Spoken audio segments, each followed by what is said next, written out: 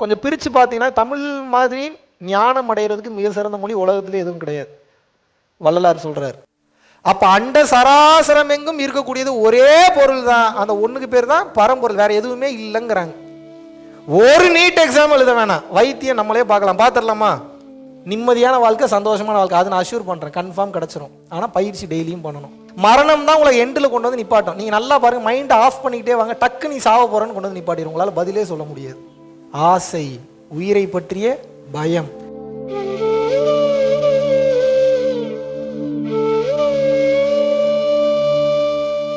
இது மாதிரி ஒரு கிளாஸ் எங்களுக்கு கொடுத்ததுக்கு ஃபஸ்ட்டு ரொம்ப நன்றி தெரிவிச்சுக்கிறேன். ஆக்சுவலாக ஃபஸ்ட்டு ஆன்மீகத்தில் எனக்கு பெருசாக இன்ட்ரெஸ்ட்லாம் எதுவும் கிடையாது.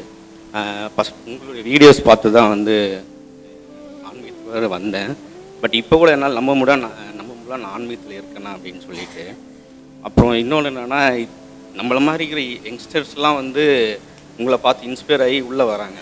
ஃபஸ்ட்டு அதுக்கு ரொம்ப தேங்க்ஸ். ஃபஸ்ட்டு யங்ஸ்டர்ஸ் லெவலில் நிறையா இது கிளாரிட்டி இருந்துச்சுன்னா அவங்களுக்கு மேபி அது ஒரு மோட்டிவேஷனலாக இருக்கும். அவங்க லைஃப் அது ஒரு ட்ரான்ஸ்ஃபர் நெக்ஸ்ட்டு போகிறதுக்கு அது ரொம்ப தேவைப்படும். இது அதிகமாக பண்ணணும்னு நான் உங்ககிட்ட ரிக்வெஸ்ட் பண்ணிக்கிறேன். கண்டிப்பாக, நிச்சயமாக பண்ணிடுறோம். அவ்வளோதான். எல்லாம் வல்ல பரம்பொருள் உங்களையும் உங்கள் குடும்பத்தையும் ஆசீர்வதிக்கட்டும். குருவே சரணம், குருவே சரணம், குருவே சரணம். சூன்யத்தில் உட்கார்ந்துட்டீங்க அப்படின்னா எதை கேட்டீங்கனாலும் உடனே அருள் பாலிப்பார்கள். சத்தியமான உண்மை. எந்த வித்தையை கற்றுவிட்டீர்கள் என்றால் எல்லா வித்தையும் தெரிந்து விடுமா? அதான பெரிய வித்தை. எது ஒன்றை பற்றி நான் தெரிந்து விட்டால், புரிந்து விட்டால், வாழ்வில் வேறு எதையும் பற்றி நான் தெரிந்து கொள்ள வேண்டாமோ அதான உண்மையான பொருளாக இருக்க முடியும். அந்த பொருளுக்கு பேர் தான் மெய்ப்பொருள். அந்த பொருளுக்கு பேர் என்ன? அல்லது பரம்பொருள். அல்லது பரம்பொருள்னா என்னன்னு தெரியுமா? இறைவன். நல்லதுதான். கொஞ்சம் பிரித்து பார்த்தீங்கன்னா தமிழ் மாதிரி ஞானம் அடைகிறதுக்கு மிக சிறந்த மொழி உலகத்திலே எதுவும் கிடையாது. வள்ளலார் சொல்கிறார். இன்னும் பெரிய நிலை ஞானிகள் நிறைய பேர் சொல்ல. என்ன காரணம்? வார்த்தையிலேயே பொருள் இருக்கும். பரம் அப்படின்னா என்ன? அண்டம். அண்டம்னா என்ன? கேலக்சி. பொருள் அப்படின்னா என்ன? பொருளுக்கு மட்டும் அர்த்தம் சொல்லுங்க. பொருள்னா என்ன? ஆப்ஜெக்ட் அல்லது மெட்டீரியல். மெட்டீரியல்னு வச்சுப்போமா? சரி. பொருள்னா என்ன? மெட்டீரியல். பரம்னா என்ன? கேலக்சி. பரம்பொருள் அப்படின்னா அண்ட சராசரம் எங்கும் எந்த ஒரு பொருள் எல்லாமாக இருக்கிறதோ அதான பரம்பொருள். அப்ப அண்ட சராசரம் எங்கும் இருக்கக்கூடியது ஒரே பொருள் தான். அந்த ஒண்ணுக்கு பேர் தான் பரம்பொருள், வேற எதுவுமே இல்லைங்கிறாங்க. நான் பரம்பொருள் ஃபவுண்டேஷன் பேர் வச்சதுக்காக சொல்லலை, உண்மையை உணர்ந்ததுனால அந்த பேர் வச்சேன். அது எவனோ வச்சுட்டு போனது, அது நான் எங்க வச்ச அந்த பேர். அண்ட சராசரம் எங்கும் எந்த பொருட்கள் பரிணமித்திருக்கிறதோ, ஏலியன்ஸ் எல்லாம் இருக்குதோ, அது எல்லாத்துக்கும் மூலப்பொருளாக எந்த பொருள் இருக்கிறதோ அந்த பொருளுக்கு பேர் அந்த பரம்பொருள் தான் இறைவன். புரிந்ததா? தெரிந்ததா? இப்போ உங்களுக்கு வேலை என்னன்னா, கருக்கிடை வைத்தியம் பண்ண போறீங்க. என்ன வைத்தியம் பண்ண போறீங்க? என்ன வைத்தியம் பண்ண போறீங்க? நீட் எக்ஸாம் எழுதிடலாமா? அந்த அப்ளிகேஷன் ஃபார்ம் கொடுங்க. ஒரு நீட் எக்ஸாம் எழுத வேணாம், வைத்தியம் நம்மளே பார்க்கலாம். பார்த்துடலாமா? கருக்கிடை வைத்தியம்னா என்ன? கருக்களுக்கு இடையில் சென்று வைத்தியம் பார்ப்பது. எந்த கருக்களுக்கு இடையில்? அணுக்களுக்கு இடையில். அணுக்களுக்கு இடையில் சென்று வைத்தியம் பார்க்கணும். வைத்தியம் பார்க்கணும் எவ்வளோ? ஒரு சிட்டிகை போட்டால் எவ்வளோ, ஒரு அணு இன்னொரு அணுவோட சேர்ந்தா எவ்வளோ, கம்மியானா எவ்வளோ, ஜாஸ்தியான எவ்வளோ, இதெல்லாம் எப்படி தம்பி நான் பார்த்து புரிஞ்சுக்கிறேன்? நீங்கள் புரிஞ்சுக்கவே வேணாம், உங்கள் வேலை ஒன்று தான். மைண்டை அமைதிப்படுத்துங்க, அதுவே சொல்லி கொடுத்துரு எல்லாத்தையும். இதை விட உங்களுக்கு என்ன ஈஸியான விஷயம் தெரியும்? நெருப்பு எந்த அணுவில் இருக்கிறதோ நீங்கள் அந்த ஃபேமிலியாகவே மாறிட்டீங்கன்னா நெருப்பு உங்களை தீண்டுமா?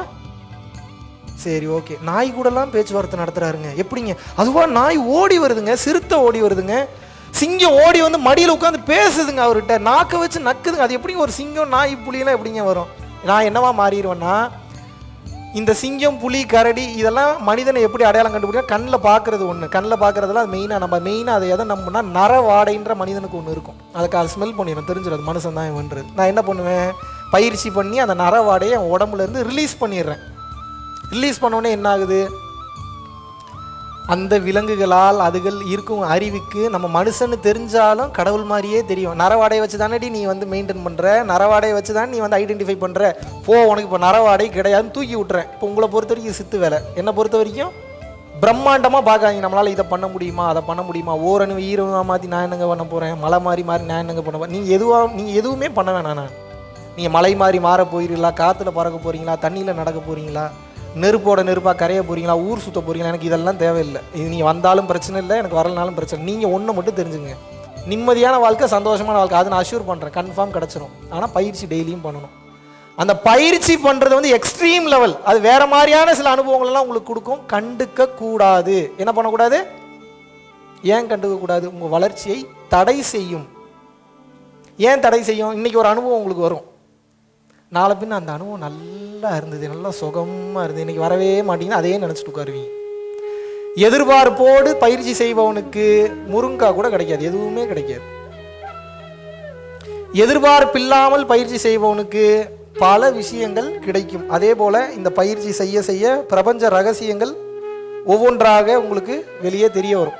பல பிரபஞ்ச ரகசியங்கள் உங்களுக்கு தெரிய வரும். என்ன பண்ணணும்? மொதல் வேலையாக பக்கத்து வீட்டுக்காரங்களை கூப்பிட்டு உட்கார வச்சு எக்ஸ்பிளைன் பண்ணிடணும். பண்ணிடலாமா? வாயே திறக்கக்கூடாது. என்ன பண்ணக்கூடாது? அவன் முட்டாளாக தான் நினைப்பாங்க. நீங்கள் என்னென்னமோ பார்த்துருப்பீங்க பயிற்சி பண்ணுவோம். இப்போ நான் பார்த்ததெல்லாம் சொன்னேன், நீ மனுஷனாவே பார்க்க மாட்டீங்க, நீங்கள் சைக்கோம்பிங்க ஒன்று அப்படிலாம் பொய் சொல்கிறான்றீங்க. இதனால் நான் என்ன, இப்போ குழந்தையாவே உங்களுக்கு அருள் பாலிக்கிறது நல்லா தானே இருக்குது. அப்போ நீங்களே எப்படி இருக்குன்னா இப்படி தான் இருக்கணும். எப்படி இருக்கணும்? எதை பார்த்தாலும், எதை உணர்ந்தாலும், எதை செய்ய முடிஞ்சாலும் செய்யக்கூடாது. அவங்ககிட்ட எக்ஸ்ப்ளனேஷன், ஞானத்தை பற்றி என்ன வேணாலும் பேசுங்க, அனுஷ்டானத்தை பற்றி வாயே தொடக்கூடாது. ஒவ்வொரு செகண்டும் பல லட்சம் செல்ஸ் உருவாகுது, பல லட்சம் செல்ஸ் சாகுது. இப்போ உயிரோட வரீங்க, நீங்கள் பேசிகிட்டு இருக்கிறப்ப 4 டைம் செத்துட்டீங்க குருஜி. நீங்கள் செத்து செத்து பொழைச்சிட்டு இருக்கோம். என்னவா பண்ணிகிட்டு இருக்கோம்?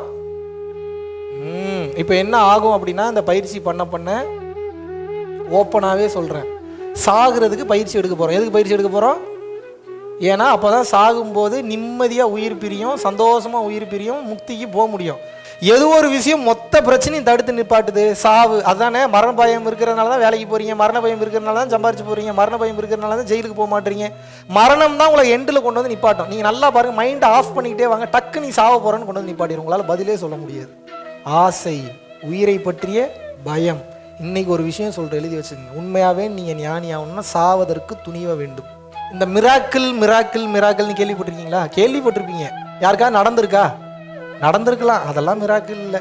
நான் கேட்டேன்னா அப்புறம் நீங்கள் அந்த அனுபவத்தை சொல்கிற மாதிரி இருக்கும். இன்னொரு நாள் நான் சொல்கிறேன். இந்த மிராக்கிள்ன்றது என்னென்னு வந்து பார்த்தீங்கன்னா, நம்மலாம் என்ன நினச்சிட்டு இருப்போம்னா, நமக்கு நடக்கிறது தான் மிகப்பெரிய மிராக்கிள் அப்படின்னு நினச்சிட்டு இருப்போம். அதெல்லாம் உடைக்கிற மாதிரி ஒரு சம்பவம் ஒன்று நடக்கும் உங்களுக்கு. என்னங்க, மரணத்தை கொண்டாடுங்க, செலிப்ரேட் த டெத்துங்கிறாருங்க ஓஷோ. என்ன சொல்கிறாரு?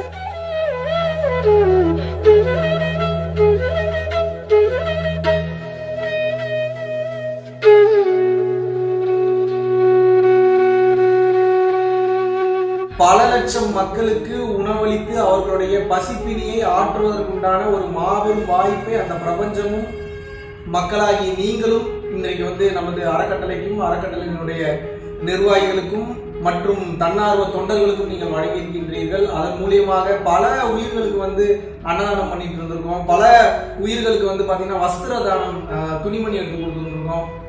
பல உயிர்களுக்கு கல்வித்தொகை கட்ட முடியாத பல நபர்களுக்கு வந்து பார்த்தீங்கன்னா கல்வித்தொகை கட்டி வச்சிருக்கோம். அதுபோக ஸ்போர்ட்ஸ் கோட்டால நல்ல லெவலில் ரீச் ஆனவங்களுக்கு ஸ்போர்ட்ஸ் கோட்டால நல்ல லெவலில் வரணும்னு சொல்லி அவங்களுக்கு ஸ்பான்சர்ஷிப் பண்ணி அடுத்தடுத்த கட்டத்துக்கு வந்து அனுப்பிச்சு வச்சிருந்துருக்கோம். ஃபுட்பாலில் நேஷனல் லெவலில் பரம்பொருள் ஃபவுண்டேஷனுக்கு நன்கொடையாக நீங்கள் அனுப்பும்போது உங்களால் எவ்வளோ முடியுமோ இவ்வளோதான் பண்ணணும் அப்படின்ற நிர்பந்தம் கிடையாது. உங்களால் எவ்வளோ முடியுமோ அவளை நீங்கள் அனுப்பும்போது இன்னும் பல உயிர்கள் வாழ்வில் மிக சிறந்த நிலை அடையும். அந்த புண்ணியம் நிச்சயமாக உங்களுக்கு வந்து சேரும். ஸோ உங்களது வாழ்வில் பல பிரச்சனைகளை மாற்றி அமைக்க பல டோர்ஸ் ஓப்பனாக உங்ககிட்ட இருக்கிறத அதிகமாக வெளியே கொடுங்கள். உங்களால் முடிந்தவர்களுக்கு உங்கள் கைகளாலேயே கொடுங்கள். ஞானமும் இந்த தானமும் இரண்டு கண்களாக பரம்பொருள் அறக்கட்டளைக்கு எப்போதும் செயல்பாடாக இருக்கும். அதற்கு உங்களால் முடிந்த பண உதவியையோ அல்லது பொருள் உதவியோ நீங்க செய்யணும் விருப்பப்படுறவங்க ரெகுலர் பேசிஸ்ல பண்ணும்போது இந்த ஃபவுண்டேஷனை அடுத்த கட்டம் மக்களுக்கு உதவுவதற்காக நாம் நடத்தி கொண்டு செல்லலாம். நன்றி, வணக்கம்.